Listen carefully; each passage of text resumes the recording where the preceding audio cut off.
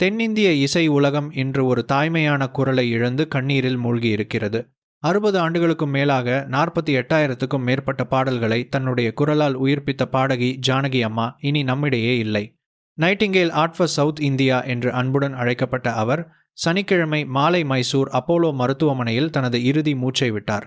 வெள்ளிக்கிழமை இரவு மூச்சு திணறல் ஏற்பட்டதை தொடர்ந்து அவசர சிகிச்சைக்காக மருத்துவமனையில் அனுமதிக்கப்பட்ட ஜானகி அம்மாவுக்கு அடுத்தடுத்து பலமுறை மாரடைப்பு ஏற்பட்டதாகவும் மருத்துவர்கள் தீவிர சிகிச்சை அளித்த போதிலும் அவரை காப்பாற்ற முடியவில்லை என்றும் தகவல்கள் தெரிவிக்கின்றன.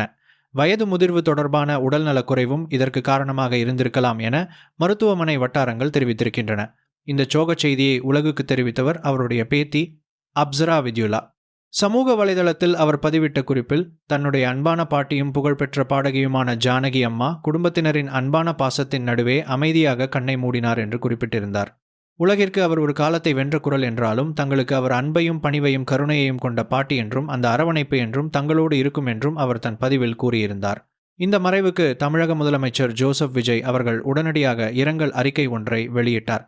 இந்திய திரையுலகில் தன்னுடைய தனித்துவமான குரலால் பல தலைமுறையினரின் இதயங்களை தொட்ட பெரும் பின்னணி பாடகி ஜானகி அம்மாவின் மறைவு மிகுந்த வேதனை அளிப்பதாக அவர் குறிப்பிட்டிருந்தார்.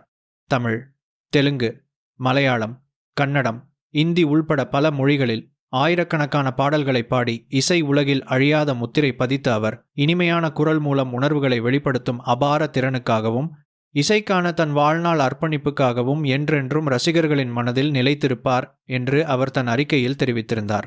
ஜானகி அம்மாவின் பிரிவு குடும்பத்தினருக்கும் திரையுலகினருக்கும் இசைக்கலைஞர்களுக்கும் உலகம் முழுவதும் உள்ள ரசிகர்களுக்கும் ஈடு செய்ய முடியாத இழப்பு என்றும் அவருடைய ஆன்மா சாந்தி அடைய பிரார்த்திப்பதாகவும் அவர் குறிப்பிட்டிருந்தார்.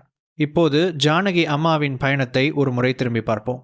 ஆந்திர பிரதேசத்தில் பிறந்த அவர் 19 வயதில் 1957ஆம் ஆண்டு வெளியான வித்தியின் விளையாட்டு என்ற தமிழ் படத்தின் மூலம் பின்னணி பாடகியாக தன் பயணத்தை தொடங்கினார். அதே ஆண்டு 6 மொழிகளில் பாடல்கள் பாடி தன்னுடைய அபார மொழி திறமையை உலகுக்கு அறிமுகப்படுத்தினார். 1962ஆம் ஆண்டு வெளியான கொஞ்சம் சலங்கை படத்தில் இடம்பெற்ற சிங்காரவேலனே தேவா பாடலின் மூலம் அவருக்கு பெரும் திருப்புமுனை கிடைத்தது.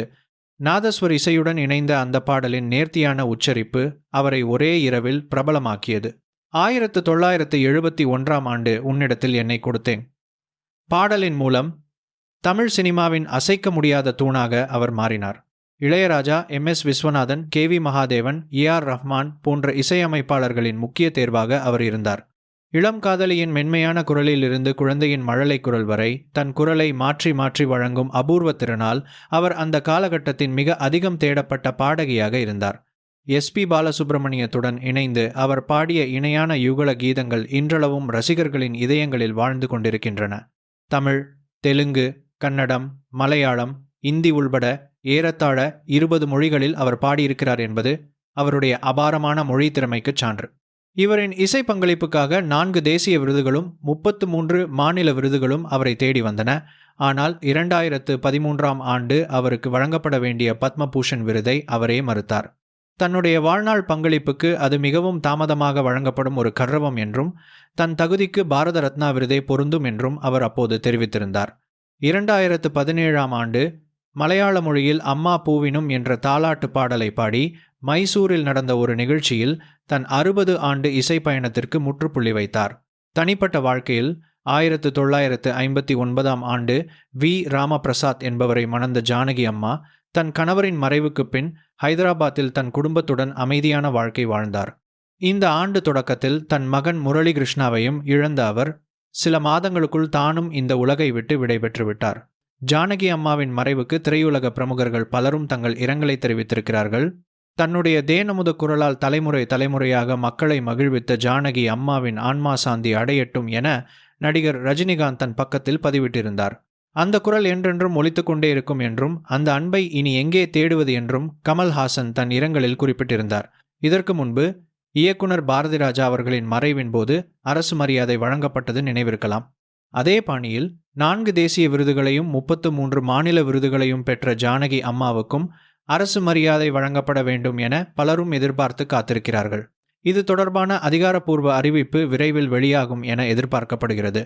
ஒரு தலைமுறை முழுவதையும் தன் குரலால் கட்டிப்போட்ட நைட்டிங்கேல் பாடகி ஜானகி அம்மா இன்று நம்மை விட்டு பிரிந்திருந்தாலும் அவருடைய பாடல்கள் இசை உலகில் என்றென்றும் வாழும். இந்த செய்தி குறித்த உங்கள் கருத்துக்களை கீழே பகிருங்கள்.